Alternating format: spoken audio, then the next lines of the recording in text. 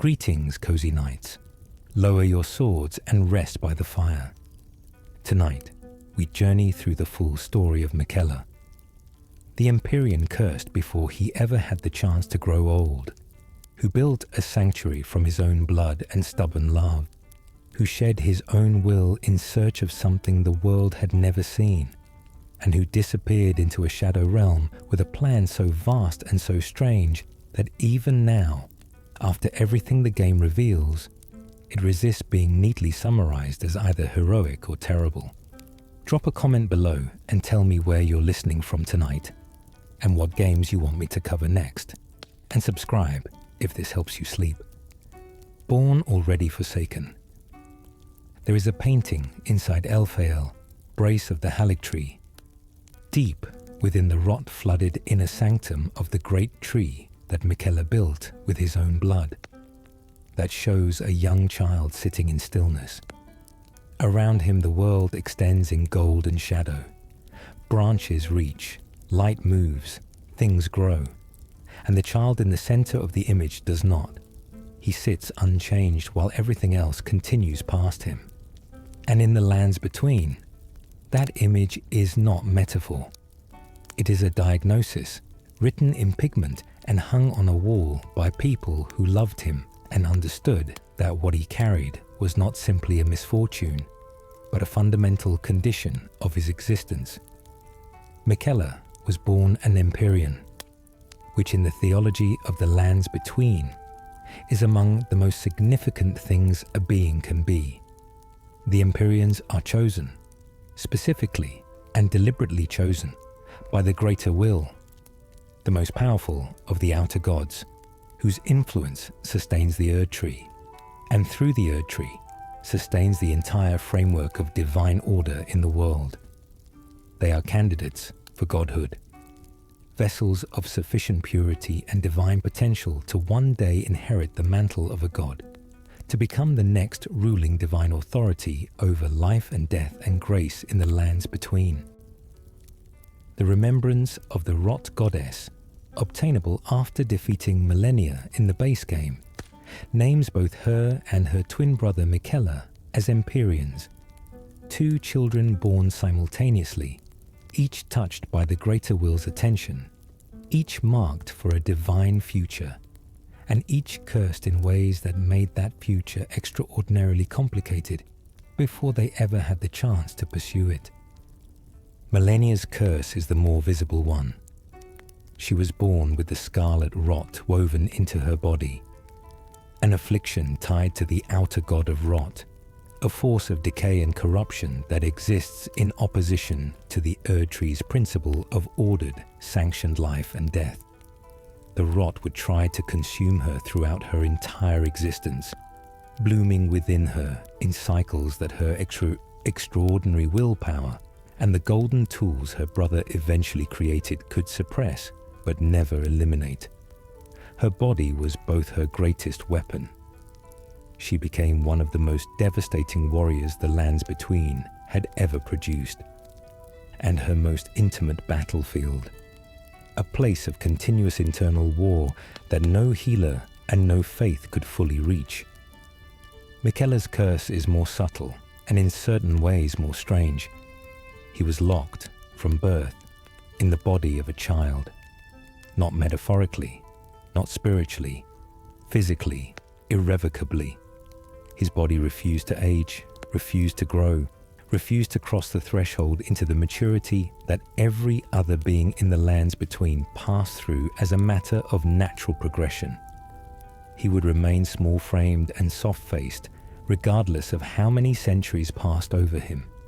There is no item description in the base game or the DLC that gives a clean account of exactly which outer god's influence produced this particular affliction, and the ambiguity may be intentional. The suggestion being that Miquella's curse is something even more difficult to attribute than Millennia's, something that resists easy theological categorization. What we do know about his parentage adds further layers to the picture. Miquella and Millennia are the children of Queen Marika, the Eternal, and her second husband Radagon. who the game reveals, in one of its most quietly staggering pieces of lore, are in fact the same being. Marika and Radagon are two aspects of a single entity, split into separate gendered forms, who then married each other in what appears from the outside as a royal political marriage, but is from the inside something considerably stranger and more theologically loaded. What this means for Miquella and Malenia is that their divine heritage is doubly concentrated. They carry the essence of Marika within them not once but twice.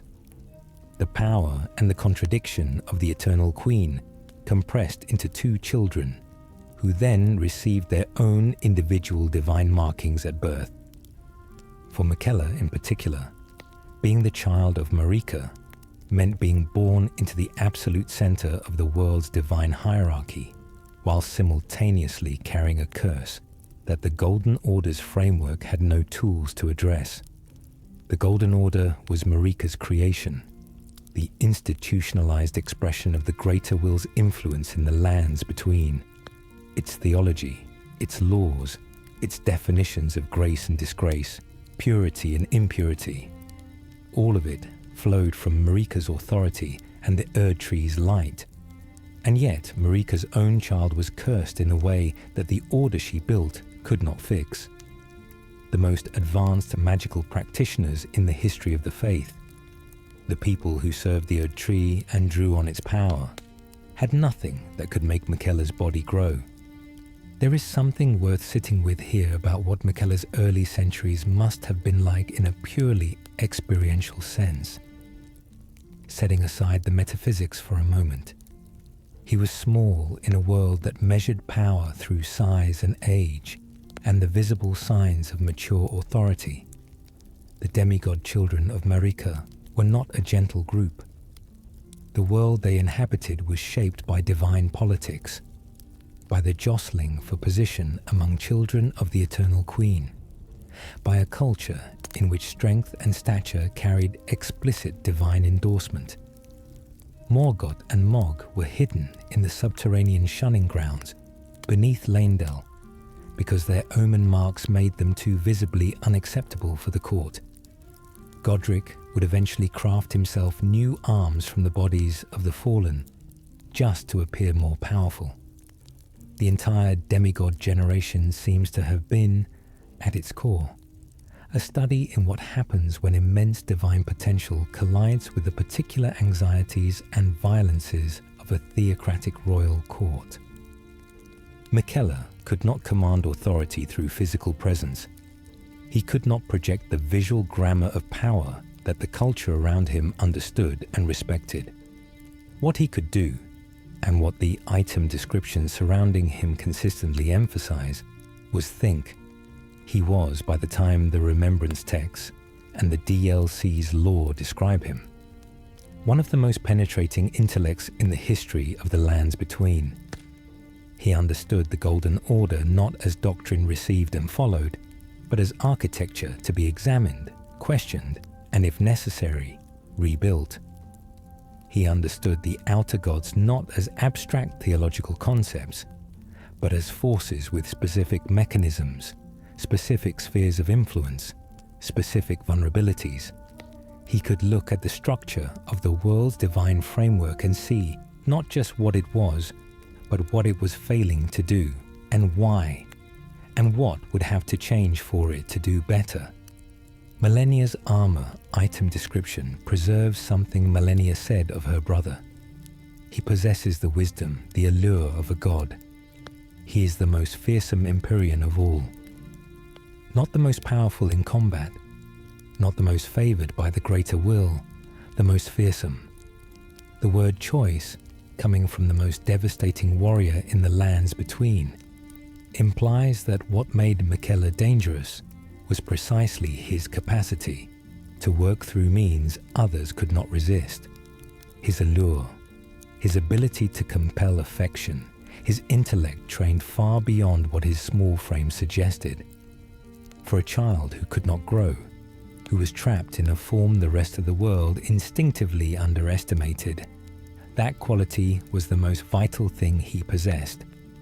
It also must have been, in the early years, desperately isolating. The world he was born into was not kind to those who fell outside its definitions of grace. The Erdtree's blessing was not universal. It did not extend to the Omen, who were condemned at birth for their horn markings and treated as cursed abominations regardless of who their parents were. It did not extend to those afflicted with the scarlet rot, who were associated with the outer god of rot and treated as spiritually corrupted as well as physically infected. It did not extend, depending on the era and interpretation, to the Albinorics, to the Volcano Manor's outcasts, to the people driven to the margins of the world in every direction. The Golden Order's grace had a shape, and that shape had hard edges, and outside those edges the world was significantly harder. Miquella was inside those edges. He was an Empyrean, the most divine category of being available. And yet, he understood from personal experience what it felt like to carry something the Order could not address. His body's refusal to age was not, in the strictest theological reading, a mark of disgrace the way that Omen horns were a mark of disgrace. But it was a condition that the faith's most powerful tools could not help. It was evidence, built into his own flesh, that the Golden Order had limits, that there were afflictions, fundamental, divine-level afflictions, that the Erdtree's grace simply could not reach.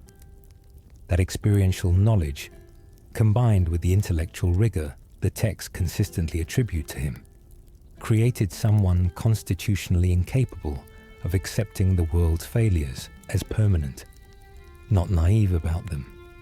He was too observant and too knowledgeable for naivety, but incapable of treating them as fixed conditions to be accepted rather than problems to be solved. Every person the Order excluded was, in some small way, an echo of his own uncured childhood. And the thing about Miquella, the thing that runs through every dimension of his story, is that he did not write problems off. He worked on them, methodically, for as long as it took. The three other Empyreans, Malenia, Ranni the Witch, and Miquella, each made a different choice about what to do with the divine potential the greater will had placed in them. Malenia became a weapon, the power inside her refined into a warrior's edge sharp enough to cut through almost anything the world put in her path. Ranni rejected the path entirely, killing her own body and severing her connection to the greater will's authority in order to pursue a future of her own design. An age of stars, freedom from divine control, the stars scattered far enough that fate itself might lose its grip on mortals. Miquella, in the years before the cocoon and the shadow realm, chose a third way, working within and around and eventually beyond the existing systems, building alternatives rather than destroying the thing that already existed, trying to create what the world was missing rather than simply refusing what the world already had. This makes him, in a certain reading, the most interesting of the three Empyreans to trace across the full arc of Elden Ring's story. Malenia's story is one of devastating power, constrained by an inner catastrophe. Ranni's story is one of radical rejection and the pursuit of genuine freedom. Miquella's story is one of extraordinary effort applied to the problem of how to actually improve a broken world, and all the ways that effort, however sincere and however remarkable, produces results that do not map cleanly onto the categories of heroism or villainry that simpler stories would provide. He was small and unchanging in a world that measured worth by growth. He was divine in a faith that could not help him with his most intimate affliction. He was cursed in ways that the most powerful institution of his era was helpless against. And from all of that, he built, first a needle, then a tree, than an attempt at godhood, because the alternative was accepting a world that kept failing the people who needed it most. And that was the one thing in all his long and strange existence that he was never capable of doing. The gold that could not cure. The relationship between Miquella and Malenia is one of the most quietly devastating in all of Elden Ring's lore, and it has a specificity to it that distinguishes it from the general idealism people sometimes project onto Miquella's character. It is not that he cared about everyone equally, though the project he eventually pursued was aimed at something close to that. It is that he cared about his sister first, most intensely, with a personal focus that preceded and in many ways shaped everything else he did. Before there was the Haligtree, before there was the theology of unalloyed gold, before there was the land of shadow, there was Malenia, rotting slowly from the inside, and a brother who could not accept it. Malenia's affliction, as the remembrance of the rot goddess describes it, is not a disease in the conventional sense. It is a condition tied to the outer god of rot, an entity whose influence spreads through organic systems as a kind of divine inevitability. The rot inside Malenia was not something she contracted or caught from an external source. It was woven into her at birth, part of the same divine architecture that made her an Empyrean, as inseparable from her body as her bones or her blood. The physicians of the Erdtree faith, working with the most advanced healing traditions available in the lands between, drawing on incantations blessed by the Golden Order, found themselves completely helpless against something that did not respond to the Erdtree's logic. The reason is simple. Once you understand the metaphysical structure of the world, the Erdtree's healing power operates within the framework of the Golden Order, which is itself the expression of the greater will's divine influence. The rot is the expression of a completely different outer god's divine influence. Asking the Erdtree to heal the rot is, in the deepest sense, asking one god to cure a condition created by a rival god. It does not work because the two systems are fundamentally incompatible, not because the healers are insufficiently skilled. Miquella understood this, and what he decided, in response to this understanding, was not to find a better Erdtree-aligned tool. It was to step outside the Erdtree's influence entirely. The conceptual breakthrough that led to the unalloyed gold needle was the recognition that what Malenia needed was not a more powerful version of existing medicine, but a fundamentally different category of material, something free from the influence of the outer gods, including the greater will and the Erdtree's connection to it, and therefore capable of interacting with Malenia's condition without triggering the divine immune responses that made every conventional approach useless. The name he gave to this material, unalloyed gold, is precise in a way that rewards attention. Gold in the lands between is the color and substance of the Erdtree's grace. The runes that constitute the Elden Ring are golden. The incantations of the Golden Order glow golden. Grace itself manifests as golden light. To call something unalloyed gold is to say that it shares the fundamental nature of that sacred material, but hasn't been shaped by any divine agenda. It is pure substance before it has been claimed by any outer god's will. This is an audacious metaphysical claim. It implies that beneath all the competing divine influences that structure the reality of the lands between, there is a kind of primordial stuff that exists prior to any of them.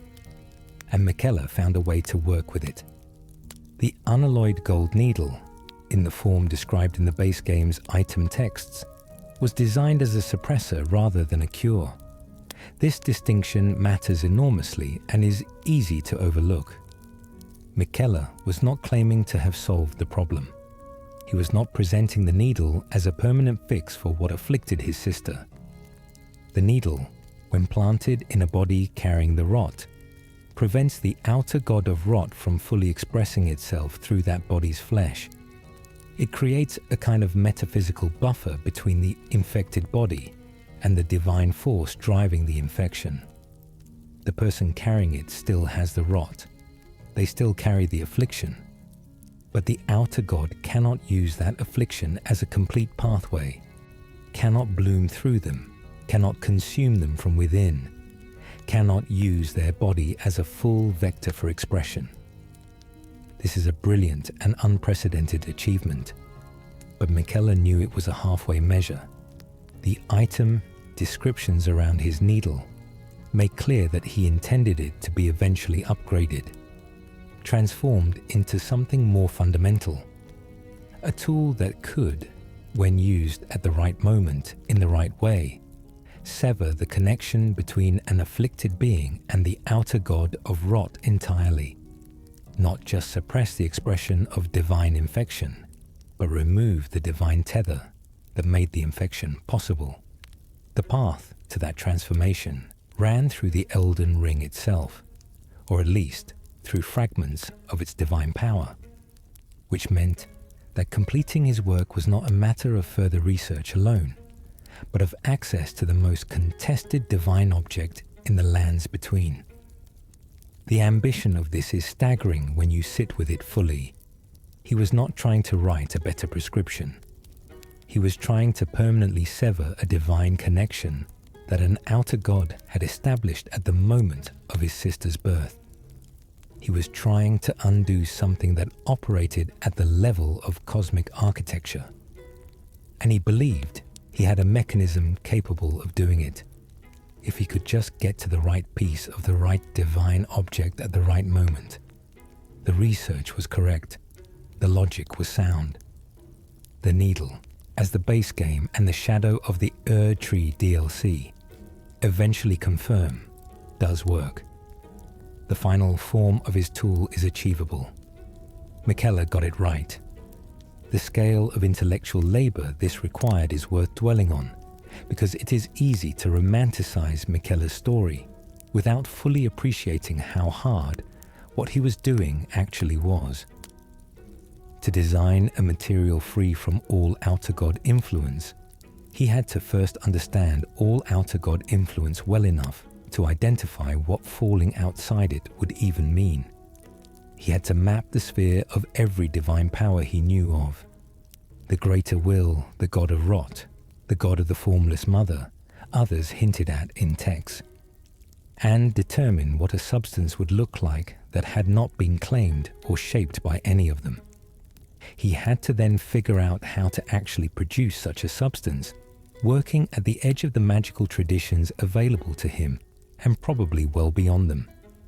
And he had to do all of this without institutional support, because the project he was working on was implicitly a critique of the established faith's sufficiency. And critiques of the Golden Order's sufficiency were not things its institutions were likely to fund or encourage. There is also a human dimension to this work that gets lost if we focus entirely on the theoretical. Every day that passed, while Miquella was developing the needle, was another day that millennia was fighting the rot. The disease did not pause while he researched. It pressed against the limits of whatever temporary measures existed. Millennia fought it through willpower and the supernatural recuperative ability that made her almost impossible to kill in combat. She heals from the damage she deals, a mechanic that reflects the way her body is always drawing on divine vitality to offset the divine decay eating it from the inside. But that fight was never not happening. While her brother worked on theory and material, she was living inside the problem in the most intimate possible way. Miquella's needle eventually reached a form capable of being deployed, and the evidence of that deployment and of the way his research rippled outward beyond his sister appears clearly in one of the base game's most memorable questlines. Millicent is a young woman you first find collapsed near the shack of the rotting in Caelid. the devastated eastern region of the lands. Between that millennia's rot bloom during her battle with Radan had transformed into a wasteland of infected orange fungus and crawling blight. Millicent carries the rot, not the devastating full-body affliction that Millennia bore, but a version of it, a partial infection that was slowly consuming her. She also carries, in broken form, a golden needle. The questline surrounding Millicent traces Miquella's work into the world beyond his sister's specific body. To help Millicent, you must retrieve the broken needle, have it repaired, specifically by a remnant of Millennia's presence, her echo in Caelid, who can repair the needle precisely because she understands it, and then bring it back to Millicent for implantation. The restoration is important. Only Millennia's echo can restore the needle, because the needle was made for her, designed in intimate response to the specific nature of her affliction. That it can also help Millicent is evidence that Miquella's work extended beyond the personal, that he was distributing versions of his tool to others like his sister, testing and refining and trying to help people the faith had already given up on. When the needle is implanted in Millicent and she rises and begins to move and fight and pursue her own story across the lands between, there is a particular feeling to the moment that is hard to articulate, but easy to recognize. It is the feeling of someone's life being given back to them, not fixed, not cured, given back provisionally, conditionally, with ongoing work still required. It is the feeling of a tool doing exactly what it was designed to do. Millicent's questline eventually leads her to the Haligtree, the sanctuary Miquella built, and the transformation of her needle into its final, most potent form. Miquella's needle itself. The item description confirms it is still unfinished, yet functional. One of the unalloyed gold needles Miquella crafted to ward away the meddling of outer gods. In the base game, this final form can be used at Dragonlord Placidusax's arena in crumbling Farum Azula to suppress the frenzied flame, purging a different outer god's hold from a living body. The mechanism is the same one Miquella developed for the Scarlet Rot, now applied to a different divine intrusion. His underlying design works across more than one application. What he could not complete himself was carried forward in forms he never got to see. A tree grown from impossible love. To understand the Haligtree in its full dimensions, not simply as a landmark on the map, but as an act, you have to understand who it was built for. The answer is not one person, not even Millennia, though her presence and her rot were central to what Miquella was trying to create. The Haligtree was built for everyone the Erdtree had abandoned. And by the time Miquella began its construction, that list was long enough and sufficiently varied that building something for all of them required genuine architectural and theological imagination. The Omen are perhaps the clearest and most painful example of what the Golden Order's grace looked like when it turned its back on a category of person. They are beings born with horns, a mark that the faith treated not as a variation, but as a condemnation. Omen children were considered abominations, spiritually and physically corrupted, unworthy of the Erdtree's blessing and therefore unworthy of full participation in the world the Erdtree's faith had built. This was not a marginal theological position held by extremists. It was mainstream doctrine, institutionalized enough that even the children of Marika herself were not exempt. Morgoth and Mohg, two of the most significant figures in the base game story, were both Omen children of the Eternal Queen, and both of them were hidden in the subterranean shunning grounds beneath Leyndell, rather than allowed to live as the royal demigods their parentage technically made them.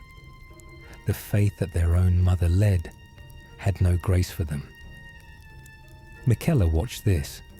He knew about his hidden brothers. The information available in item texts makes clear that the Omen children were not a complete secret, even if they were officially denied. And he had, as we have established, the peculiar vantage point of someone who bore his own curse, who understood from the inside what it meant to carry something the Order could not account for, to exist in a body the faith's framework was not built to address. His eternal childhood was not condemned the way Omen horns were condemned, but it was uncured, unfixed, beyond the reach of everything the faith could offer. The experience of carrying an incurable divine affliction and watching the world's most powerful religious institution shrug was not abstract to him. It was personal. The Haligtree item descriptions make clear that he specifically intended his tree to be a haven for those the Erdtree had excluded, including the Omen. The people of the Haligtree, as they appear in Elfael and the outer branches of the tree, include beings of varied backgrounds and conditions. Knights from millennia's service, Albinorics, who had been driven from the rest of the lands between, individuals afflicted with the rot in various stages, and people whose specific origins are not detailed, but whose presence in a hidden sanctuary built outside the Golden Order's authority speaks for itself. This was not a demographically random community. It was a specifically assembled one, people who had nowhere else to go. The Albinorics deserve particular attention because their situation illuminates the specific character of the exclusion Miquella was responding to.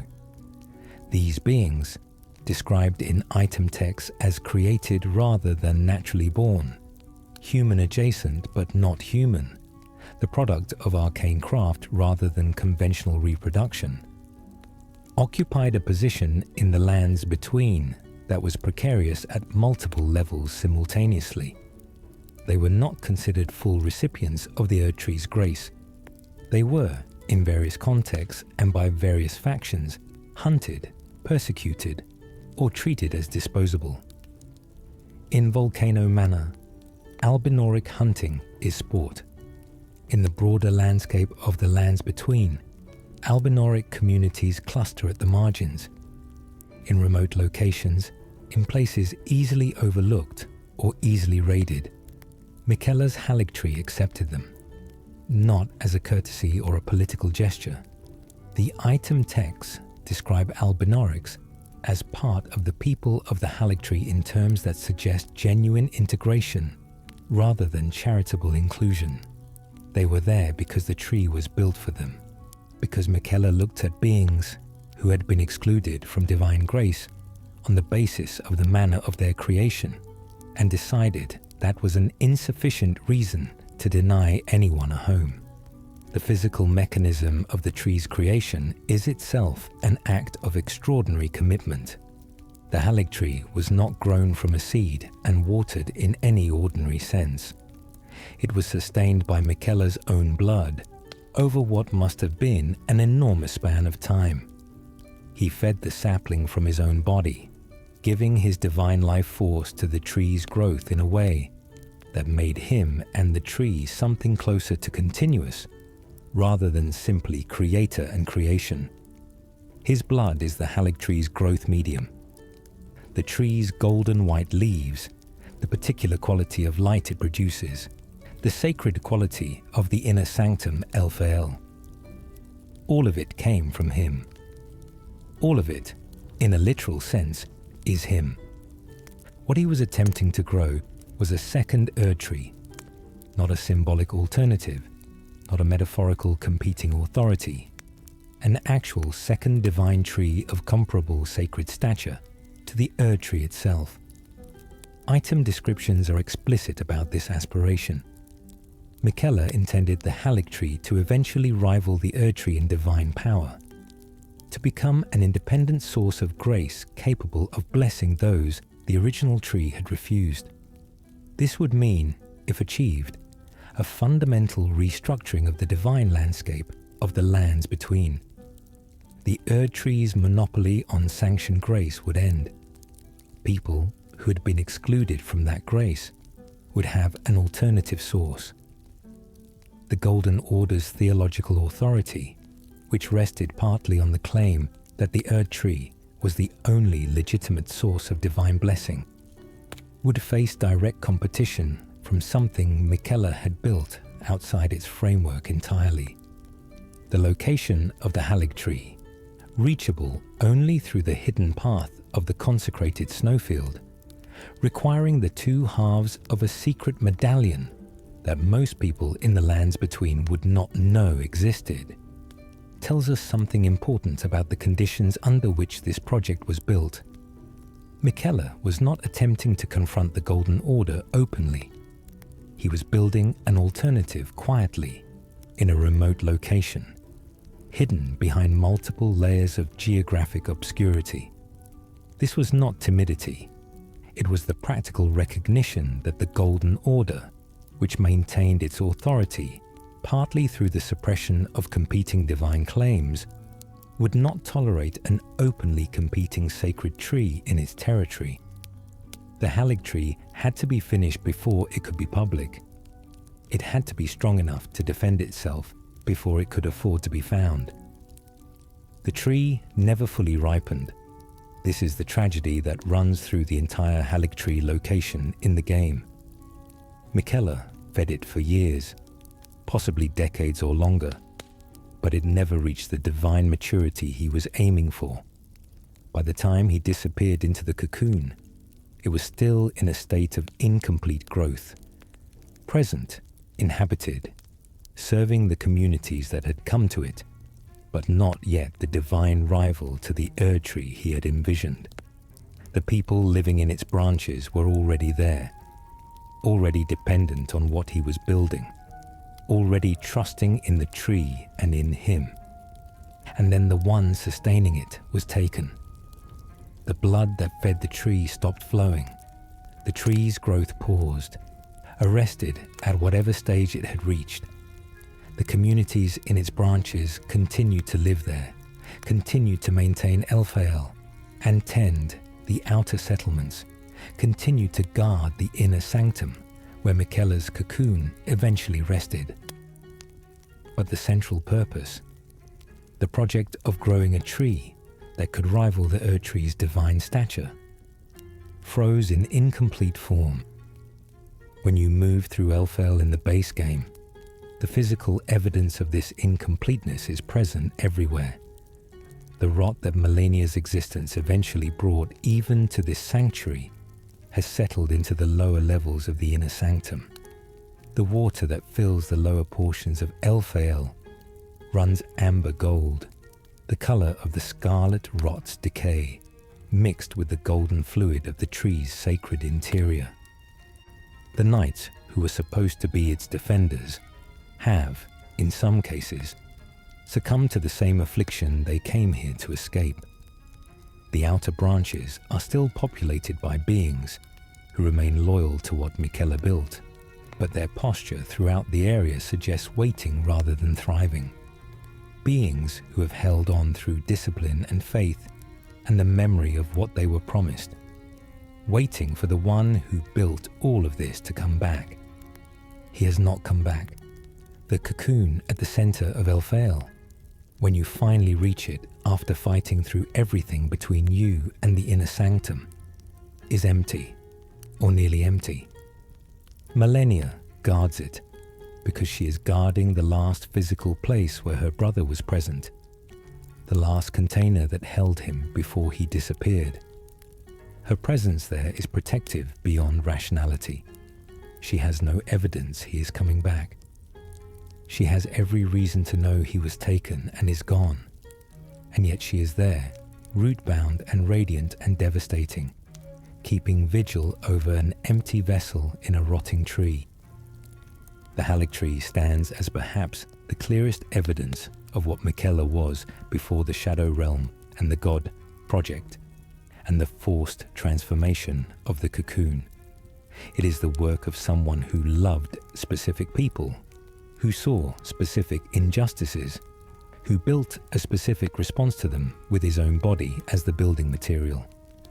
It is too ambitious to be purely practical and too anchored in concrete human need to be purely theoretical. It is the work of a person who could not stop caring about the ones who had been left out, who turned that caring into architecture, and who built it in secret because the world that needed it most was also the world that would have tried to stop him. The specific quality of the Haligtree's inner sanctum, Elfael, is worth describing at some length because it encodes so much of what Miquella intended. Moving through Elfael, you are moving through space that was designed to be sacred in a specific way, not the austere, hierarchical sacred of Lendl's royal capital, not the cold and ancient sacred of the mountaintops of the giants, but something warmer and more deliberate. The architecture suggests care rather than intimidation. The golden light that still filters through the canopy, even through the amber haze of the rot's encroachment, has a quality you do not find in the lands between other sacred spaces. It is Miquella's specific light, the light of the blood he poured into the tree, and it is unmistakably welcoming in a way that the Erdtree's gold is not. And yet the rot is there.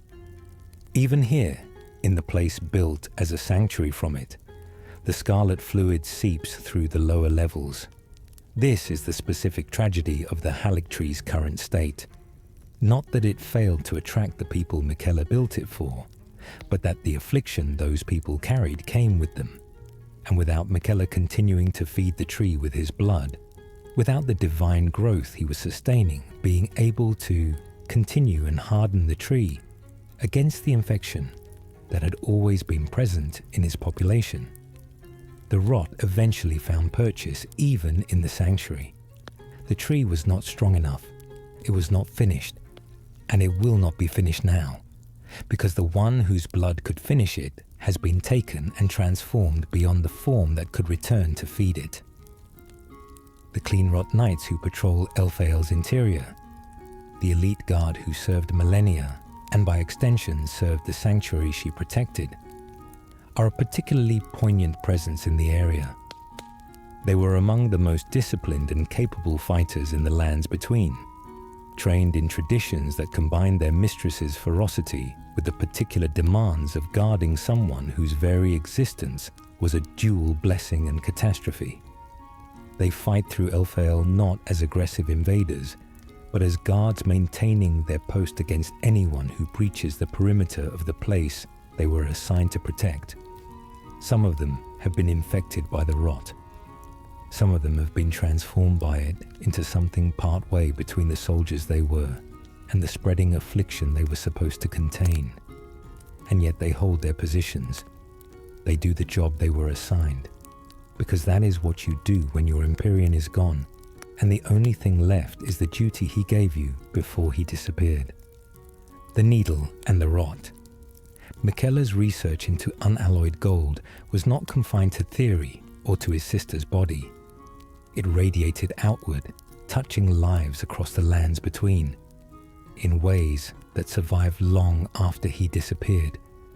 And nowhere is this radiation more visible than in the quest lines and item histories connected to the scarlet rot sufferers in the base game. The needle he created, the tool designed to suppress divine infection by interposing a metaphysically neutral material between afflicted flesh and the outer god driving that affliction, was tested, modified, and distributed. And the people it was tested and distributed to form a community of survivors whose existence is both a testament to Miquella's work and a record of everything that work could not quite finish.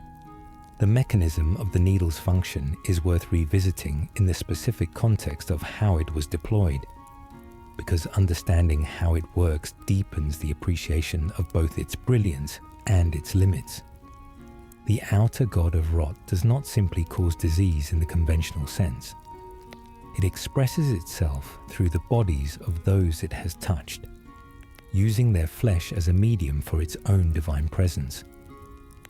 Millennia's blooming, the catastrophic release of rot energy that devastated Caelid during her battle with Radahn, is the most dramatic example of this expression. An outer god's presence becoming so dominant in a vessel that it overflows the vessel's individual limits and spreads into the surrounding world. The needle prevents this expression by placing an unalloyed, unowned material in the divine signal path between the outer god and the infected flesh. It does not destroy the rot. It does not remove the outer god's claim on the body. It simply interrupts the signal, creates a gap between divine intention and physical expression that buys the infected person time, agency, and the capacity to live something like a full life. When you first encounter Millicent near the shack of the rotting, collapsed, barely conscious, her face already showing the early signs of rot's advance. She is someone in the process of being consumed. The rot has taken enough hold that without intervention, she has very little time. Gowrie, the elderly figure who operates near her location and who is revealed over the course of the questline to be deeply connected to Millennia's cult, and by extension to everything Miquella built around the rot, directs you to find the broken golden needle and find a way to restore it. The restoration of the needle is its own piece of lore. A broken, unalloyed gold needle cannot simply be reforged by an ordinary blacksmith or repaired through standard magical means. Doing so would risk realloying it, contaminating its metaphysical purity with the divine influence of whatever power was invoked in the repair process. The only way to restore it without compromising its essential nature is to have it repaired by someone who understands precisely what it is and how it works.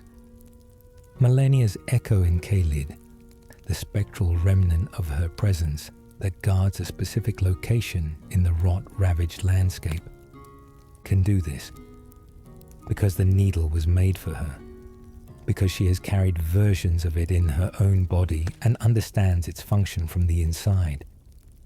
Her act of repairing it is, in a small way, her completing a piece of her brother's work. When you bring the restored needle to Millicent and it is implanted, the change in her is immediate. She does not become healthy exactly. The rot is still there. The divine claim is still present. But she can stand. She can move. She can fight. And over the course of her questline, she does all of these things, traveling through some of the most dangerous parts of the lands between, growing stronger, pursuing a story that becomes one of the more moving in the entire game. She eventually reaches Elfell, the inner sanctum of the Haligtree, the place Miquella built for people exactly like her. And her arrival there feels like a completion of something he intended even if he could not be present to see it. The transformation of the needle into Miquella's needle, described in item text as still unfinished, capable of warding away the meddling of outer gods, represents the furthest his research reached in terms of in-game mechanical expression. Its confirmed use is at Dragon Lord Placidusax's arena in crumbling Farum Azula, where it suppresses the influence of the frenzied flame. The logic that makes this work is the same logic that makes the suppressor needle work on the rot. Unalloyed material interrupting a divine signal between an outer god and living flesh. Different intrusion, same principle. Miquella designed a tool that could address the meddling of outer gods as a category, not just a single affliction. He got the underlying architecture right. Whether that research could have eventually reached the point of fully severing a divine connection, rather than merely suppressing it, as the item text suggests he intended, is something the world never got to find out, because he was taken before he could finish it. That completion falls to a stranger, This is not incidental. It is one of the ways the game marks the specific texture of Miquella's trajectory. He understood the problem, developed the solution, set the tools in motion, and then was taken and transformed and moved on to other things. And everything he began for the most personal of reasons was left for the world to either finish or abandon. The needle's final form did reach the world, carried forward by someone who may not even have known the name of the child who designed it. Not every thread Miquella set in motion reached its intended end, but the underlying logic did. The architecture of unalloyed gold, warding away the meddling of outer gods, exactly as he conceived it. There is something particular worth noting about the broader distribution of Miquella's research that the existence of people like Millicent implies. She is not the only person in the lands between carrying a trace of his work in her body. The fact that the needle was tested on multiple subjects, that broken versions of it appear in the world at all, that Gori knows what it is and where versions of it can be found, suggests that Miquella's research phase involved a level of systematic distribution that goes well beyond a single personal case. He was running, in effect, a medical trial across a population he could not formally access through institutional channels. In a disease state that conventional medicine had already abandoned as untreatable, he was testing and refining and trying to help as many people as his tools could reach. The ethical dimensions of this are interesting to sit with. Miquella was not a licensed practitioner working within an established system. He was a demigod child working outside every institutional framework that might otherwise have overseen his research. The people he treated were already considered beyond help by the faith's medical establishment. They had nowhere else to turn. Whether that makes what he did straightforwardly good, or whether the lack of oversight and the power differential between a divine being and people with terminal afflictions raises questions that the game quietly acknowledges without resolving, is left to the player to consider. What is not left ambiguous is that the tool worked, that the people who received it were helped by it in ways nothing else could help them, that Millennia lived and Millicent lived, and others whose names the game doesn't record also lived, because a child in an unchanging body refused to stop working on a problem everyone else had accepted as permanent. What he gave away. There is a moment in Miquella's story, a decision he made that the item text described with a striking specificity, that divides everything before it from everything after it. Before this moment, he was a person doing extraordinary things, building, researching, creating, nurturing a tree from his own blood and a community from his own conviction. After this moment, he was something more complicated and more difficult to fully understand, something in the process of becoming rather than simply being. The moment is his decision to enter the cocoon within the Haligtree, to undergo a deliberate surrender, a voluntary shedding of flesh and will, a forced metamorphosis intended to break him free of the curse that had kept him a child and transform him into something capable of growing past the limitation that had been with him from birth.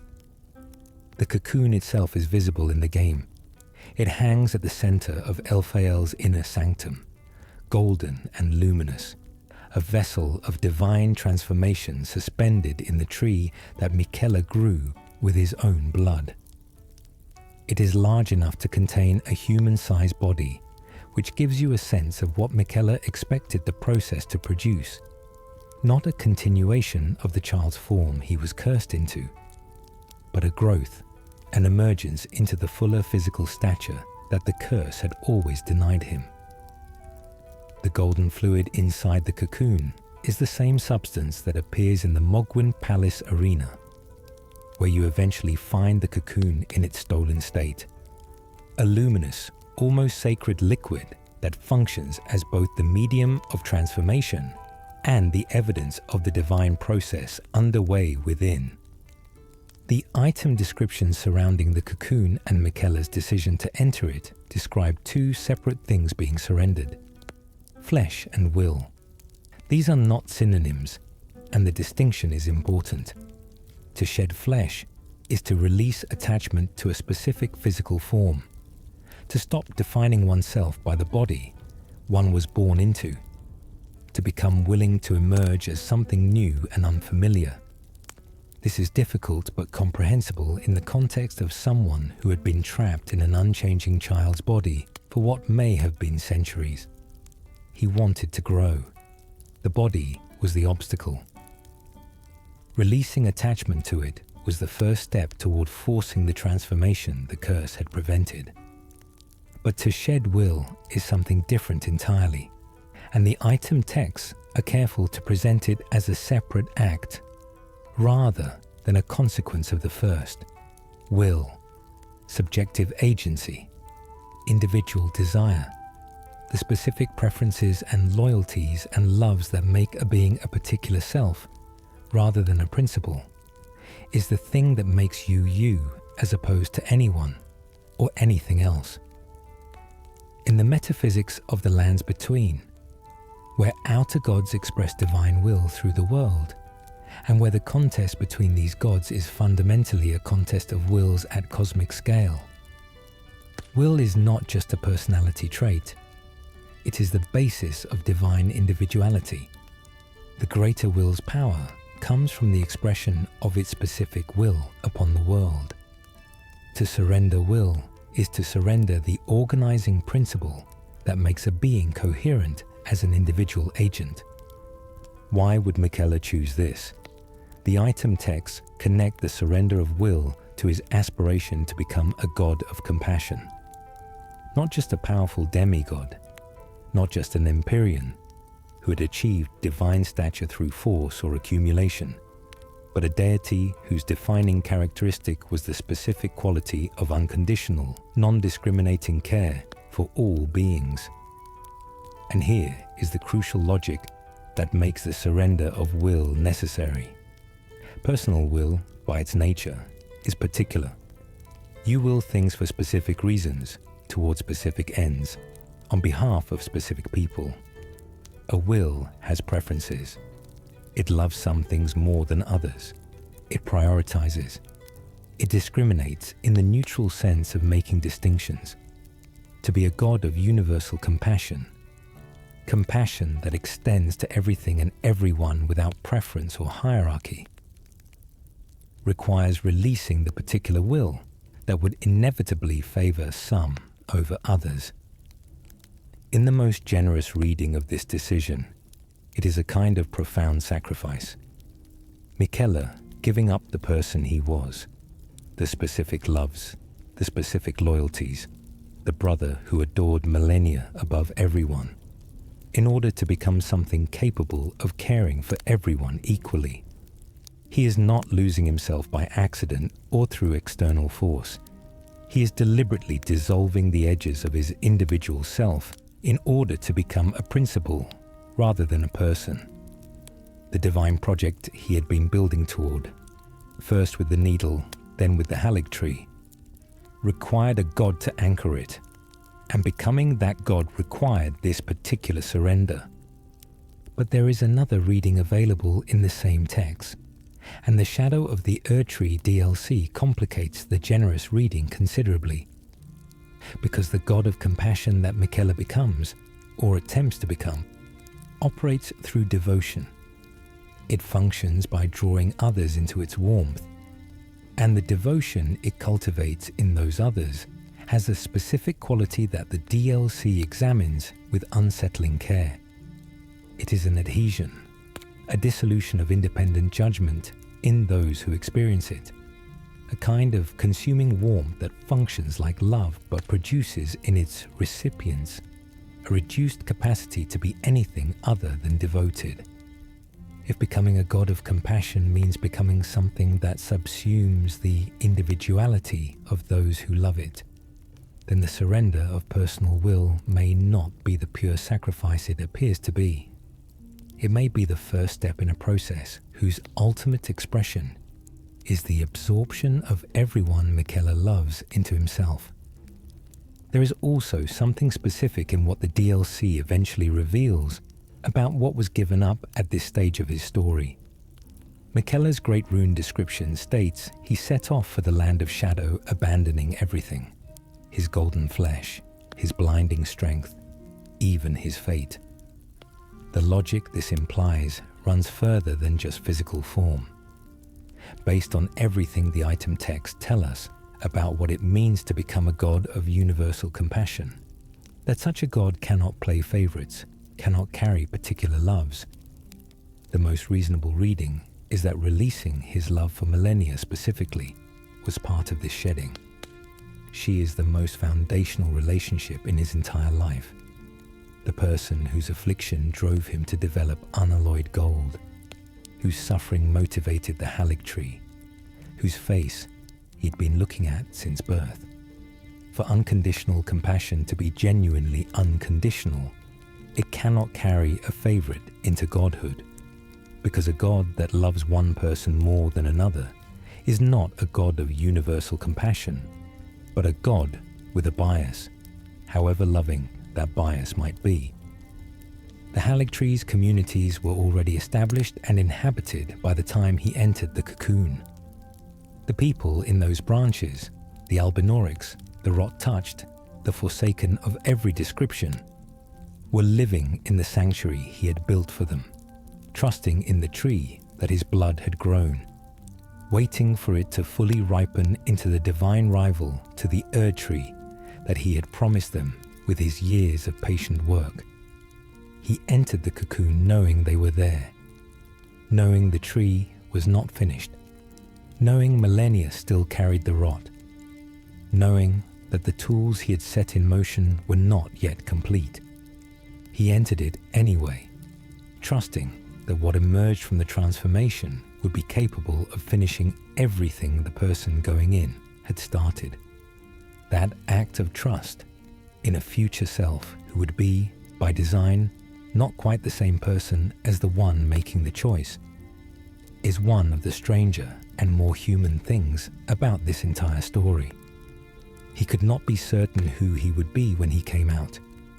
He could not guarantee that the god of compassion would remember what the child had cared about, would honor the specific intentions that had driven the work. He had to trust the process, trust the principle, trust that becoming a god of universal compassion would not erase the specifics of why compassion had mattered to him in the first place. Whether that trust was justified is a question the Shadow of the Erdtree DLC answers in ways that are complicated enough to require their own examination. There is also something worth noting about the timing of Miquella's entry into the cocoon in relation to the larger political cataclysm of the Shattering. The Shattering, the event in which Marika shattered the Elden Ring, following Godwyn's assassination, triggering the demigod wars that left the lands between in the broken state the player encounters, happened while Miquella was already in the cocoon, or in the process of entering it. This means he was absent for the defining catastrophe of his generation of demigods, while his siblings were fighting over great rune fragments, while the lands between was being torn apart by divine violence, while the world was collapsing into exactly the state of need and exclusion that his Haligtree had been built to address. He was inside a golden vessel, shedding flesh and will, becoming something that could not participate in the wars, but might be able to address their aftermath. Whether this was deliberate timing on his part, whether he chose to enter the cocoon knowing the shattering was coming, or having anticipated it as a way of preserving himself for the task of rebuilding rather than fighting, is not specified in any item text. But the resonance between his project and the shattering's consequences is hard to ignore. The people who suffered most from the demigod wars, the communities torn apart by divine conflict, the broken world left after the Elden Ring's fragments scattered. They are exactly the people the Haligtree was built for, and exactly the people a god of compassion would need to address. Whether by design or fortune, Miquella chose to become something new at exactly the moment the world was breaking in ways that would most require what he was trying to become. The stolen god. Miquella was inside the cocoon when Mohg found him. This is the pivot point of his story, the external intervention that rerouted everything he had planned. And understanding it fully requires understanding Mohg, because Mohg is not simply a villain inserted to create obstacle. He is a figure with his own coherent inner life, his own specific history of exclusion and damage and desperate reaching towards something he had been denied. And the horror of what he did to Miquella is inseparable from understanding what Miquella represented to him. Mohg, Lord of Blood, grew up in the subterranean shunning grounds beneath Leyndell. He and his twin Morgott were both omen children of Marika, born with the horn markings that the Golden Order condemned as signs of cursed abomination, and both were hidden underground rather than allowed to live as the royal demigods their parentage made them. The shunning grounds is not a comfortable exile. It is a labyrinth of sealed chambers and flooded passages beneath the capital, populated by the discarded and the hidden, a place that exists specifically to contain things the Golden Order has decided it does not want to acknowledge. Mohg grew up knowing that the divine institution his own mother led had judged him unworthy before he was old enough to do anything to deserve or contradict that judgment. Morgott's response to this upbringing was, in its own complicated way, devoted. He emerged from the shunning grounds and chose to spend his long life defending the very city that had imprisoned him, protecting Leyndell as its omen king, wearing a disguise that hid his horns as he kept vigil over the golden capital whose faith had condemned him. Whether this reads as noble sacrifice or unbearable self-abnegation depends on how you see him. But Morgott's trajectory is comprehensible as a response to rejection. Prove you're worthy by defending the thing that rejected you, and maybe one day it will see you differently. Mohg took the other path. He found the Formless Mother, a blood-associated outer god whose nature is described in terms of visceral, consuming, enveloping contact, and welcomed its influence rather than resisting it.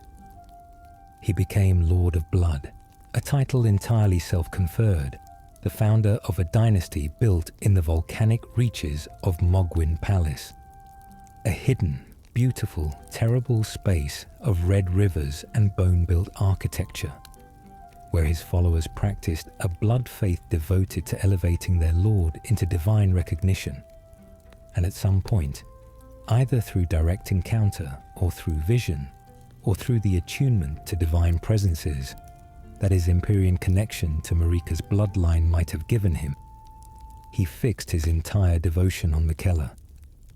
The item description for Mohg's great rune describes his intention with unusual directness. He stole Miquella from his cocoon to serve as his consort, intending to raise him to godhood and thereby elevate his own blood dynasty to legitimate divine standing. The word consort carries specific theological weight in the lands between. Consorts of Empyreans are not simply companions. The relationship between an Empyrean and their consort is a divine one, a pairing in which the consort's proximity to divine potential confers on them a reflected sanctity. Radagon was Marika's consort. The role is one of intimate divine partnership, and Mohg intended to occupy it in relation to Miquella, to stand beside an Empyrean and be elevated by that proximity into the divine recognition that the Golden Order had always denied him. That Miquella was a child, even a child of ancient age and extraordinary intelligence and divine potential.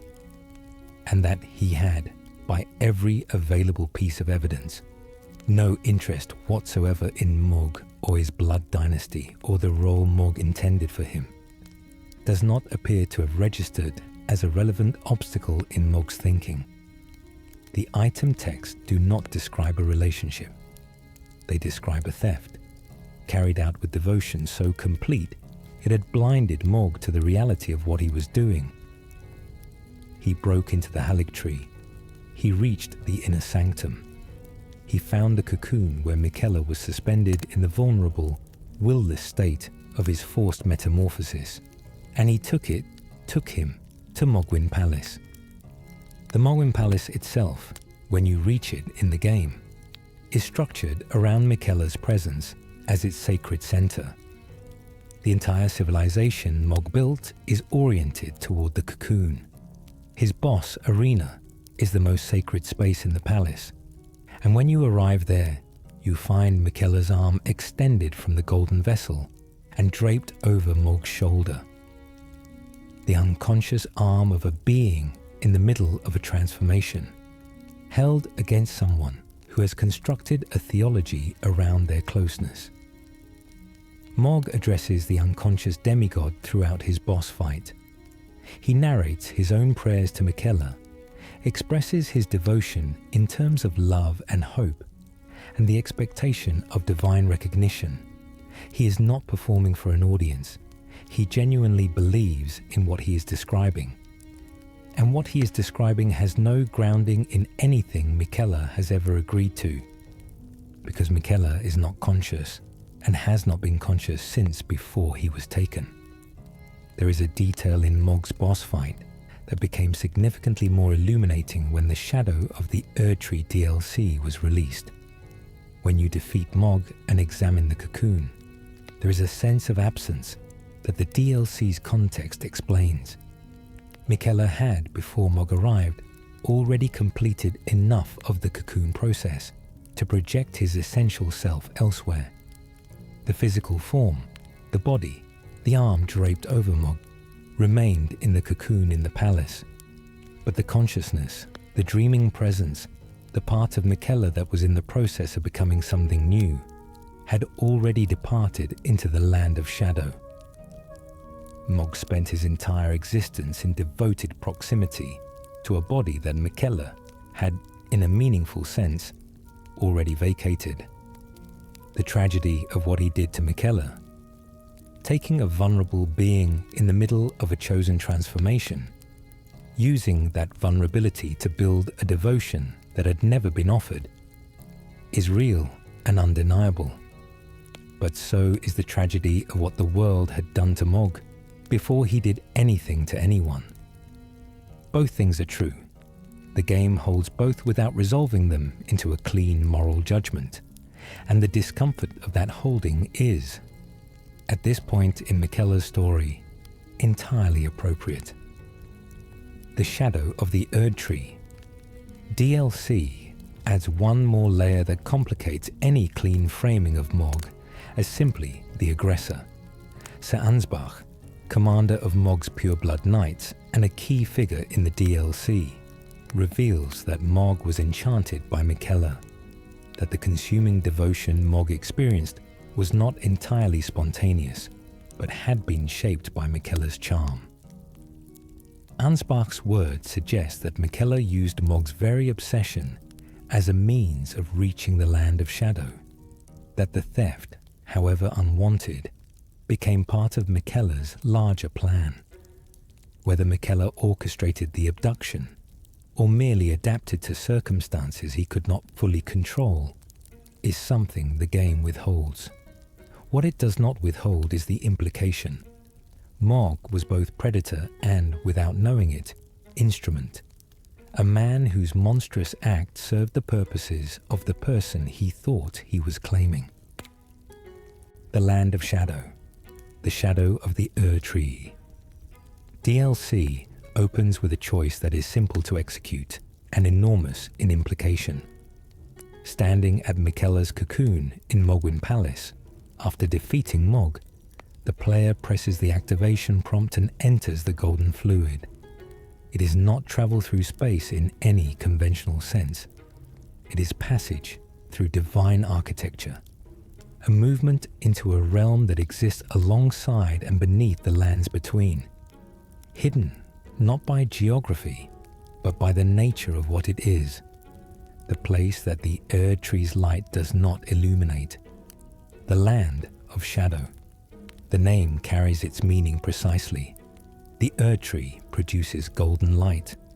That light falls across the lands between and makes the world visible in a particular way, illuminated by grace, ordered by the hierarchy of divine favor, shaped by what the Erdtree chooses to see and bless. And like any light source, it produces shadows, spaces that its illumination creates by the very act of shining so brightly. The land of shadow is what exists in those spaces. It is not simply dark. It is specifically the darkness that the Erdtree makes by being what it is. A light so powerful and comprehensive that everything outside it becomes, in some sense, its shadow. The physical landscape of the land of shadow is both extraordinarily beautiful and deeply marked by history that the base game had never fully addressed. Moving through the early areas of the DLC, the graveside plain, the ancient ruins scattered across the landscape, the enormous crosses that mark the terrain, you are moving through the material evidence of a world that existed before the Erdtree achieved its current dominance. These are not random ruins. They are the remnants of civilizations that were living and functioning when Marika established the Golden Order, and that were in various ways suppressed, displaced, or destroyed in the process of that establishment. The Consort are the people most directly visible in this history. They are beings marked by horns, not unlike the omen of the lands between, but older, more specifically native to the Shadow Realm, and by the evidence of the architectural and artistic remains scattered throughout the DLC, the bearers of a sophisticated pre-Erdtree religious tradition. Their faith involved a different relationship with the divine, one oriented toward a different power than the greater will, a different form of grace than golden light, a different understanding of what it meant to be consecrated and what it meant to be excluded. The crosses that mark the land of shadow landscape are the physical remnants of this tradition, monuments to a faith that the Erdtree's rise pushed into shadow. Miquella came to this place deliberately. The item descriptions connected to his presence in the Shadow Realm describe his journey here as intentional and specifically motivated. He needed something from the land of shadow that the lands between could not provide. And what he needed broadly was a god, not a new god created from nothing, but an ancient divine presence already existing in the Shadow Realm, already surviving, already connected to the world through the layer of reality that the Erdtree's light did not reach, that he could draw into alignment with his own divine project. The specific character of the Shadow Realm's ancient divine power is connected to the history of what Marika did to establish the Erdtree's dominance. The DLC reveals, through accumulating item texts and environmental detail, that Marika's founding of the Golden Order was not a peaceful achievement. It involved the suppression of existing divine powers, the silencing of gods that had their own relationships with the people of this world, their own forms of grace, their own ways of ordering life and death and meaning. The Consort faith was among what was suppressed. The Shadow Realm is where that suppression's aftermath lives, the divine residue of what was pushed aside, surviving in the spaces the Erdtree's light can't reach. For Miquella, this history is not background. It is directly relevant to what he is trying to accomplish. He has spent his entire existence building toward an alternative to the Golden Order, an alternative source of grace, an alternative divine framework, something capable of reaching the people the Erdtree's light left in shadow. Coming to the land of shadow is, in this reading, a kind of return to origin. He has come to the place where the earlier alternatives were buried to find in what survived there the material for what he wants to build next. The physical landscape of the Shadow Realm rewards careful attention from the player moving through it for the first time. The Scadu Altus, the elevated plateau that forms the heart of the DLC's mid-game exploration, has the particular quality of light filtered through darkness, a golden quality that is recognizably Miquella's in its warmth, but dimmed and complex in a way that the Lands Between's open daylight is not. Enormous stone structures mark the landscape alongside the ancient crosses. Ruins layer beneath more recent construction in ways that trace the stratigraphy of the Shadow Realm's history. This is what was built first. Then this was built on top of it. Then this was abandoned and something else grew in its place. The community of followers that Miquella has gathered in the Land of Shadow, by the time the player arrives, is a specific and carefully assembled one. They are not refugees who stumbled here. They were drawn, some by Miquella's explicit invitation, some by the irresistible quality of his presence that the DLC's item texts describe in terms that sit between inspiration and compulsion. They followed him here because being near him made following feel like the only thing worth doing. And their presence in the Shadow Realm, their devotion to his project, serves a function in his divine becoming that goes beyond companionship. The journey through the Shadow Realm traces, geographically and historically, the layers of what Marika suppressed to build the world. The Lands Between's inhabitants know. Moving from the gravesite plain through the Castle Ensis region and upward toward the Scadu Altus, you pass through zones that each carry their own stratum of ancient history, the bones of civilizations that predate the Erdtree's dominance, the ruins of religious traditions that were active and vital before they were pushed here into shadow, the enormous divine constructions of the Shadow Realm, the structures that dwarf even the grandest buildings of Leyndell, speak to a culture that was not primitive or marginal. These were people who built large, who thought large, who had their own relationship with divine power, of a scale that rivals anything the Golden Order ever achieved. The bosses and enemies encountered throughout the Shadow Realm carry echoes of this history in their designs and their item descriptions. The commanders of the Horn-sent armies, the ancient knights whose armor incorporates the horn motifs that the Golden Order's descendants were condemned for bearing, the divine entities whose fight patterns incorporate forms of power completely different from anything available in the base game's world. All of them are evidence that the Land of Shadow was not simply a hiding place. It was a living civilization pushed underground by a force that could not tolerate competition with its divine monopoly. For Miquella, arriving here after the long journey through the Cocoon's transformation, this landscape is both a destination and a mirror. He came looking for something the Lands Between could not provide.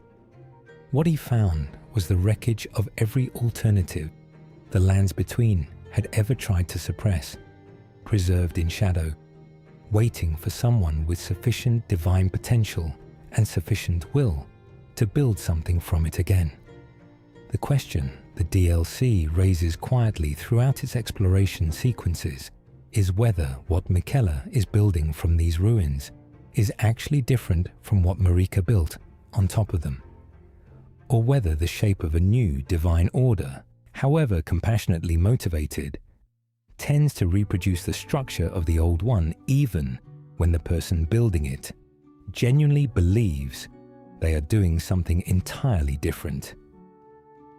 The followers he left behind.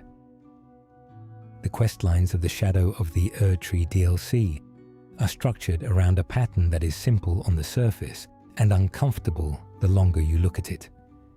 People who have been drawn into Miquella's orbit and are now navigating with varying degrees of awareness what that orbit costs them.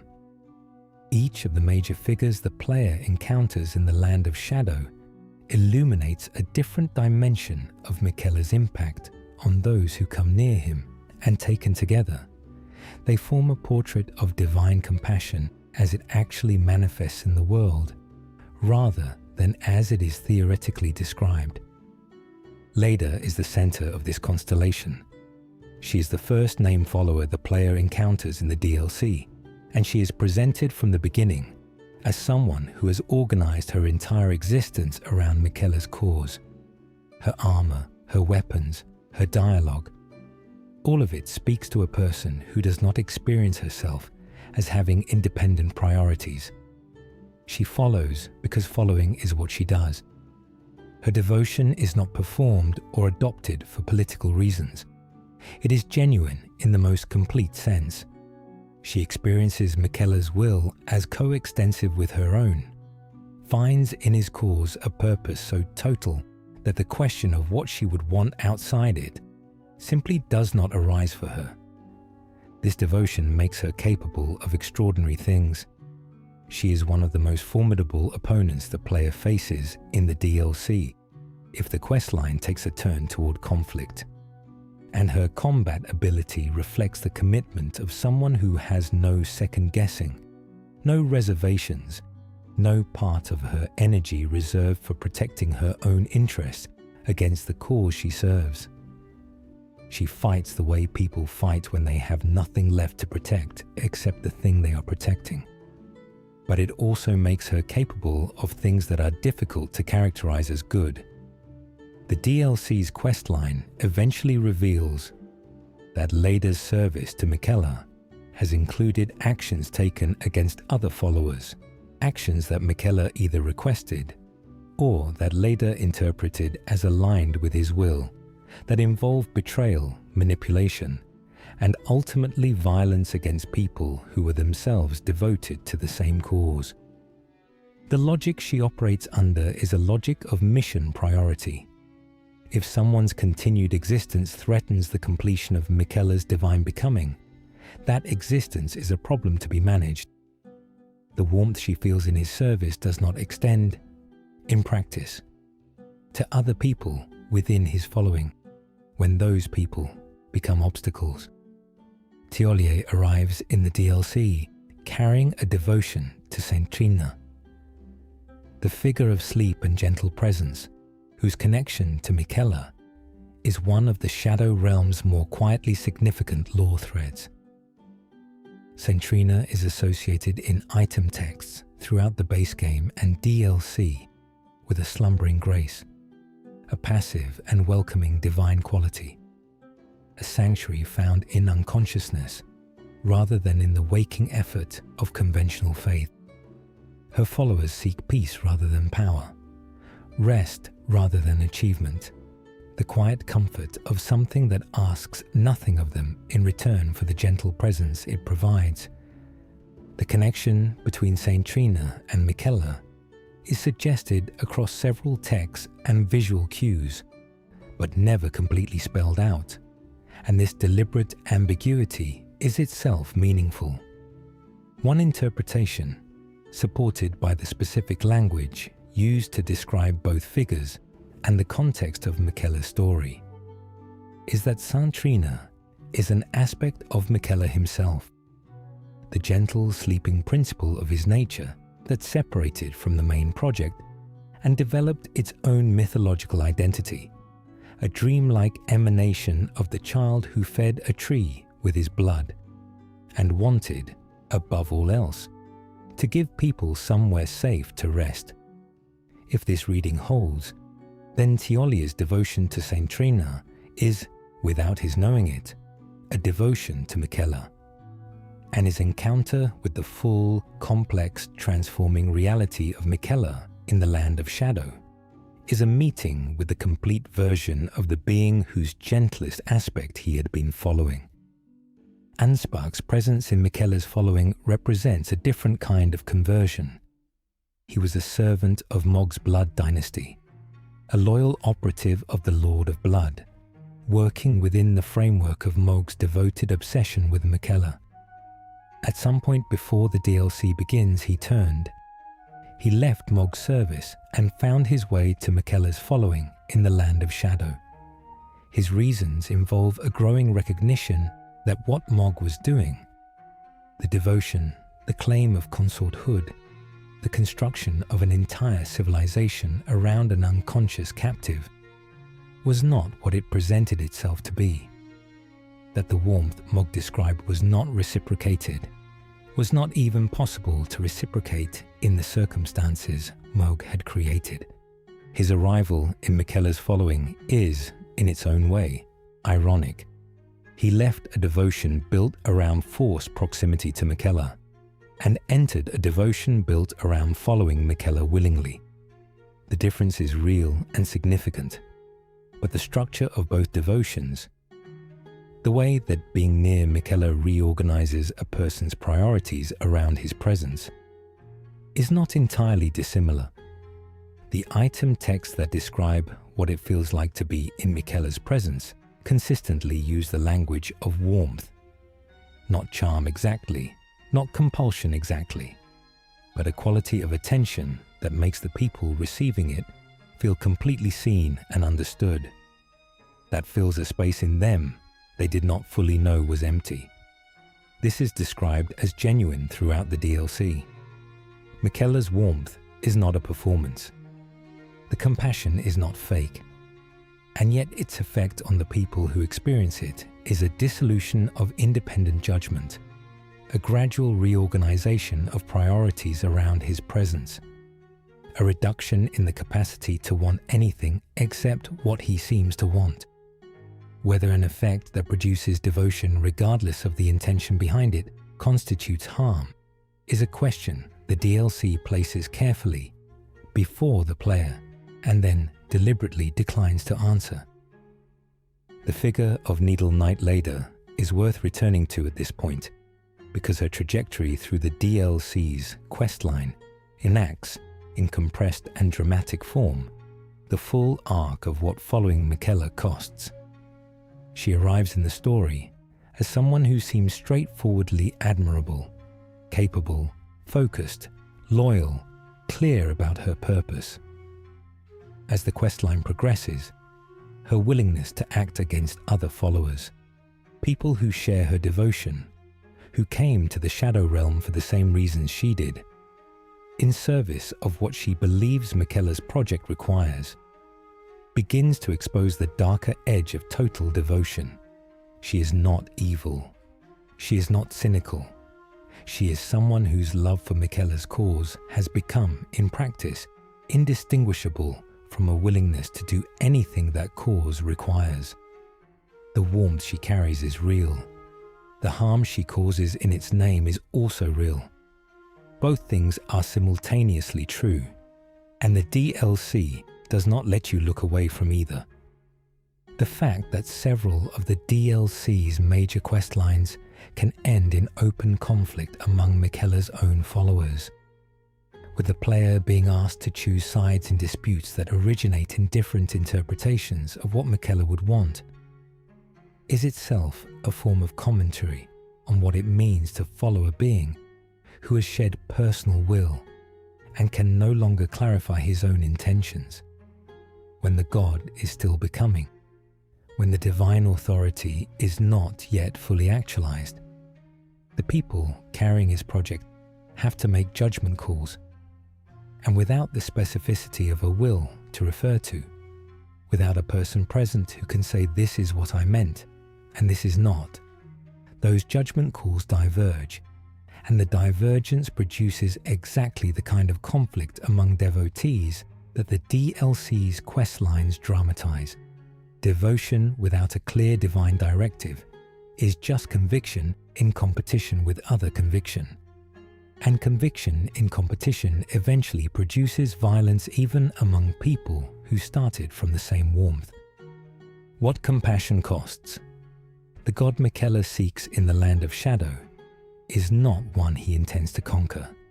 His plan, The strategy the DLC item text describe in terms of divine courtship, rather than divine combat, is to claim a god not through defeat, but through acknowledgement. To draw a divine presence into alignment with his own becoming.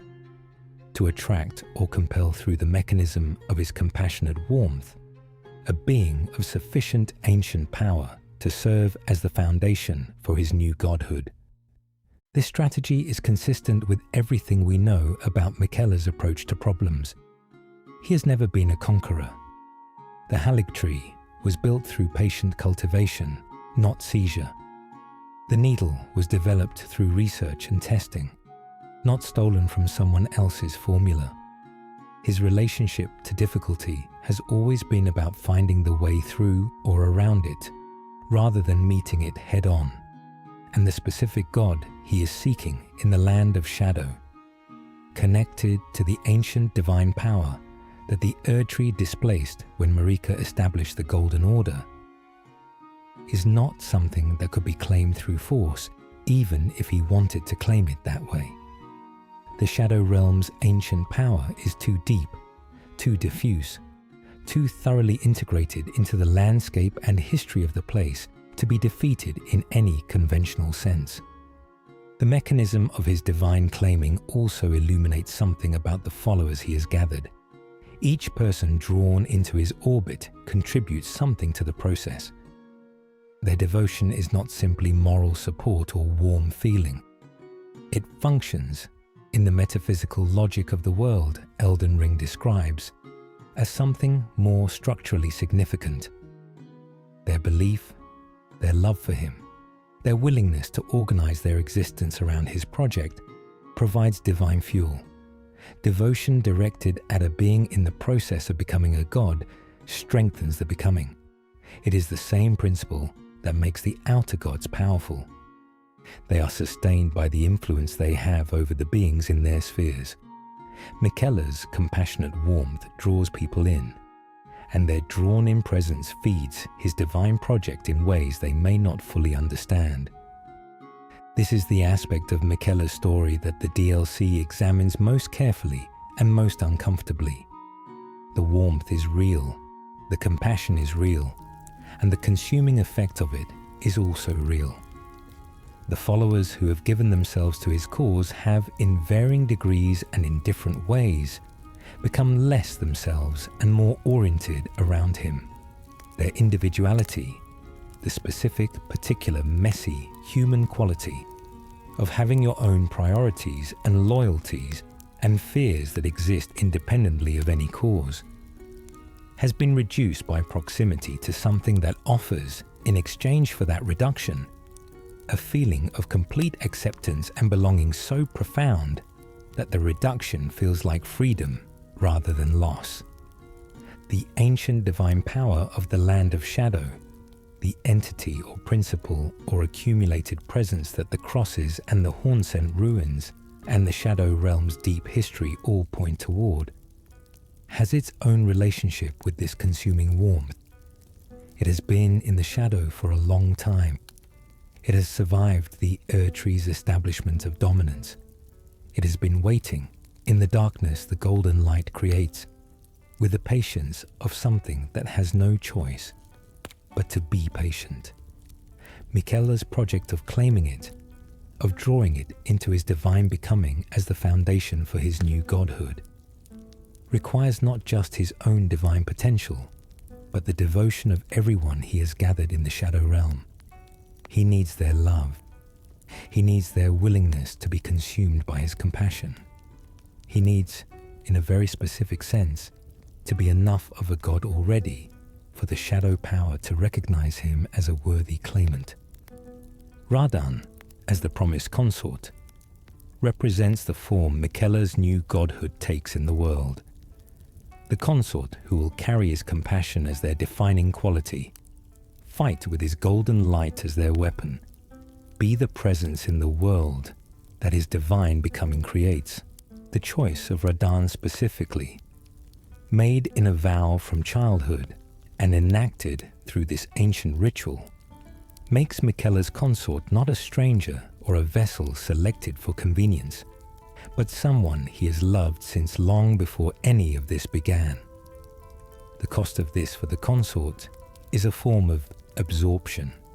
What remains specifically them, their own history, their own loyalties, their own grief and love and fear, is not erased exactly, but it is overshadowed, overwritten at the functional level by the divine principle they now carry.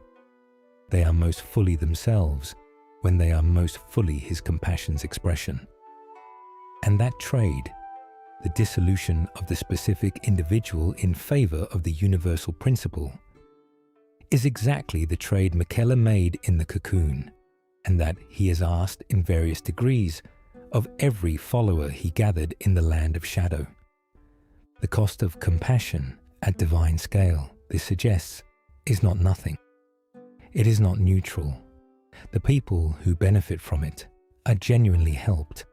The warmth is genuinely warm, but the warmth also has a temperature, and everything near enough to a sufficiently hot fire eventually takes on its heat. And the line between being warmed and being changed by the warmth is not always one you notice crossing until you are already on the other side of it. The item text connected to specific weapons and talismans obtained through the Shadow Realm's questlines describe, in concrete terms, what this change looks like from inside the experience. Followers of Miquella do not describe feeling controlled or diminished. They describe feeling seen. They describe a quality of understanding in his attention that no human relationship has ever provided them. A complete acceptance that does not require them to be different than they are, does not withhold itself because they have failed or sinned or disappointed. The devotion this produces is not frightened devotion. It is not coerced. It is the devotion of people who have found for the first time in their lives something that accepts them entirely. The horror of it, if there is horror in it, and the DLC is careful to hold the question open rather than answer it, is that this acceptance is also a dissolution. The self that is fully accepted is also the self that gradually stops needing to assert itself independently, stops needing to know what it wants outside of what Miquella seems to want, stops being able to experience the friction between its own desires and the world that is the ordinary engine of individual development. People who are completely accepted stop growing in certain ways. The pressure that creates agency is also the pressure that makes you yourself. Miquella's compassion removes the pressure, and what grows in its absence is devotion, beautiful, sincere, complete devotion, where a fully individual person used to be. Whether Miquella knows this is one of the DLC's most carefully maintained uncertainties. There is no item text that attributes awareness of this effect to him in explicit terms, but there is also no item text that suggests he is oblivious to it.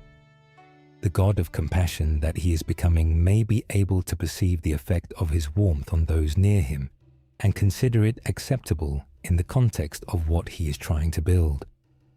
Or he may have shed enough personal will and personal self that the question of whether others retain their individuality in his presence registers differently than it would register to a being who still fully understood what individual will felt like from the inside. The DLC holds both possibilities with equal care, and choosing between them feels like projecting onto evidence that was designed to resist that kind of certainty. The god he chose to become, the final boss of the Shadow of the Erdtree DLC, is Radan, consort of Miquella. The name requires careful attention.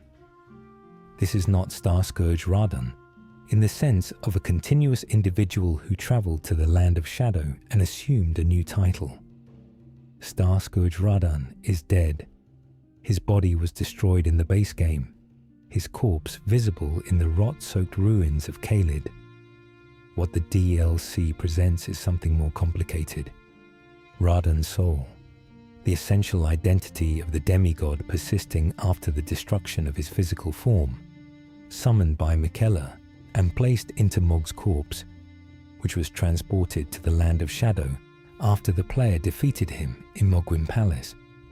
The boss even uses blood flame in his first phase, a residue of the vessel's original owner, woven into Radahn's restored presence. The item texts surrounding this act describe it in terms that the DLC's lore uses consistently to describe the mechanism of Miquella's divine project. He loved Radahn, and crucially, the remembrance of a god and a lord reveals this was not a decision made in the Shadow Realm. Since childhood, Miquella saw in Radahn a lord, admiring his strength and his kindness as things that stood in contrast with their afflicted selves. The endgame flashback confirms Miquella had made his promise to Radahn long before the events of the DLC. Lord brother, I'm going to be a god. If we honor our part of the vow, promise me you'll be my consort. I'll make the world a gentler place. Malenia herself knew of this vow. She whispered to Radahn during their battle in Caelid, Miquella awaits thee, O promised consort, before unleashing her bloom. What to do with this is genuinely difficult, and the DLC is careful not to resolve it into a clean answer. One reading is that this reveals something crucial about Miquella's transformation, that the love he carried for Radahn was always present, rooted in a vow made long before the Shadow Realm, and that the becoming of a god of universal compassion does not erase specific old loves so much as carry them forward transformed. Another reading is that loving Radahn, the enemy of millennia, the man who fought his twin sister to mutual devastation in Caelid, the demigod who scarred an entire region of the lands between, is specifically the demonstration of universal compassion rather than its contradiction. That choosing Radahn shows the divine compassion extending even across the lines of family loyalty and personal grievance, reaching even the people Miquella had every personal reason not to love. A third reading, supported by certain item texts that describe the experience of being loved by Miquella, is more troubling. It suggests that what Miquella calls love and what love means in human-scaled experience may not be the same thing at this stage of his transformation. The warmth he extends toward Radahn, like the warmth he extends toward all his followers, is genuine in whatever sense divine compassion is genuine. But it is also, as with all his followers, an absorption. Being loved by Miquella in this mode is being drawn into his divine project, being made the vessel for his compassion's expression, being made less specifically yourself and more specifically his. Radahn, in his dead state, his soul persisting in the lands between after the destruction of his body, may have been particularly accessible to Miquella's claiming in ways a living demigod might not have been. A soul without a body is untethered in ways that make it susceptible to being drawn into a new vessel. And Miquella's ability to reach into that dissolved state, gather Radahn's soul, and place it within Mohg's corpse in the Land of Shadow, is itself evidence of how far his divine project has progressed by this point. He can reach the dead. He can call them back into form. This is not an ability that belongs to ordinary demigods. This is the beginning of the divine authority he has been working toward. The restored Radahn, inhabiting Mohg's corpse, now the body the player faces in the DLC's final boss arena at Enir Ilim, fights with both his own power and Miquella's. The first phase of the fight is Radahn alone. Gravity magic, his enormous swords, the scale and force of the demigod he always was. But the second phase transforms the encounter entirely. Miquella descends, his golden presence fills the arena, and Radahn fights with both of them simultaneously. The consort channeling the god, the vessel carrying the divine principle, the specific person becoming the universal expression. The visual and mechanical experience of the fight's second phase is one of the most remarkable in the DLC. It is beautiful and terrible, and feels like an encounter with something that is genuinely trying to love you in a way that will consume you if you let it. The ending of the fight, the defeat of the promised consort, does not feel like a conventional victory, which is appropriate because it is not won. You have not saved the world from a monster. You have interrupted a process. The process was Miquella's becoming a god of compassion, the completion of the project he began in the cocoon, the realization of everything he sacrificed his specific self to achieve. Whether the interruption is good, whether the world is better with Miquella's divine project stopped than it would have been with it completed, is not a question the game answers cleanly. The people of the Haligtree would have had a god. The rot-touched, the albinorics, the omen adjacent, every category of person the Erdtree had abandoned. They would have had an alternative source of divine grace. The compassion Miquella wanted to provide to everyone equally would have been available. These are not trivial goods. They are exactly the goods that drove everything he did from the very beginning. When he was a small child in an unchanging body, watching the Golden Order fail the people it was supposed to protect. But the cost of receiving that compassion, the dissolution of individual will in the warmth of something so unconditionally accepting that independence becomes indistinguishable from exile, is also real. The followers in the land of shadow, the devotees giving themselves to his project, the promised consort absorbed into his divine expression. They are not suffering in any obvious sense. They feel, by all available evidence, the warmth they were drawn to. But they are also, in varying degrees, no longer entirely themselves. The remembrance of a god and a lord, the item obtained after the final boss, describes Miquella's project in language that holds its ambivalence with deliberate care. He pursued the becoming of a god of compassion. He came very close. And what stood between his project and its completion was a tarnished traveling the lands between with their own grace, their own ambitions, their own reasons. Not a hero in the classical sense, not a villain, just someone else with somewhere to be. What lingers after the DLC's credits is a particular feeling that is hard to name but easy to recognize if you have spent time with Miquella's story in its full dimensions. It is not quite the feeling of having defeated something evil. It is not quite the feeling of having saved something good. It is closer to the feeling of having walked into the middle of a conversation that was already very long and very serious and stopped it before it reached its conclusion. Knowing that the conclusion might have been terrible, or might have been exactly what was needed, or might have been both simultaneously in ways that would only become clear over centuries.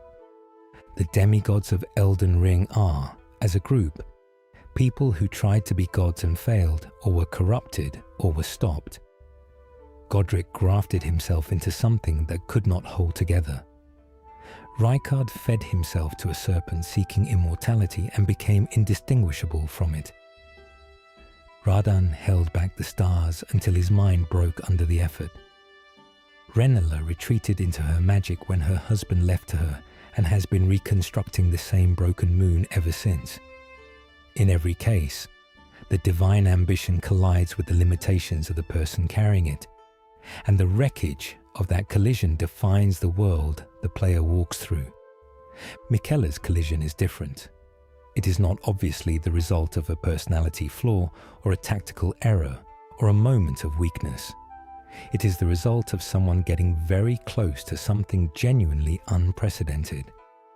A form of godhood motivated not by personal aggrandizement, but by the desire to provide what the existing divine order had always refused to provide, and being stopped not by his own failure, but by the intervention of an outside force with its own agenda.